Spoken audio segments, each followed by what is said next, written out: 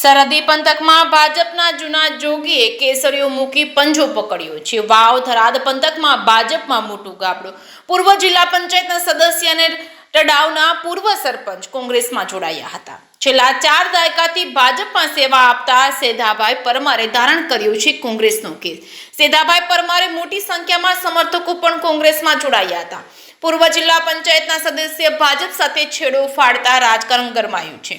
જિલ્લા પ્રમુખ ગુલાબસિંહ રાજપૂત અને તાલુકા પ્રમુખની ઉપસ્થિતિમાં તમામનું કરાયું હતું સ્વાગત। સ્થાનિક સ્તરે ભાજપ માટે આજકાના સમાન સમાચાર છે કે સિંગુદત્ત સાથે ભરત ઠક્કર ડીસા। હું 1987 થી ભાજપમાં જોડાયેલો હતો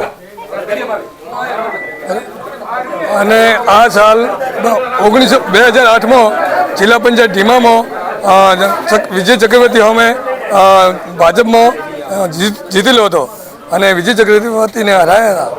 એ વખતે થી કરી આજ સુધી મેં બરોબર સેવા આપેલી, પણ આ વખતે મિત્રતામાં વાદ અને હગાવાદ જેવું ચલાવ્યું એટલે હું નારાજ થયો અને ભાજપ પક્ષને છોડી અને કોંગ્રેસ પક્ષમાં આજથી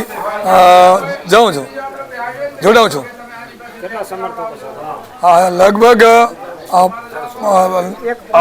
600-800 ગામના સમર્થકો સાથે હાલ।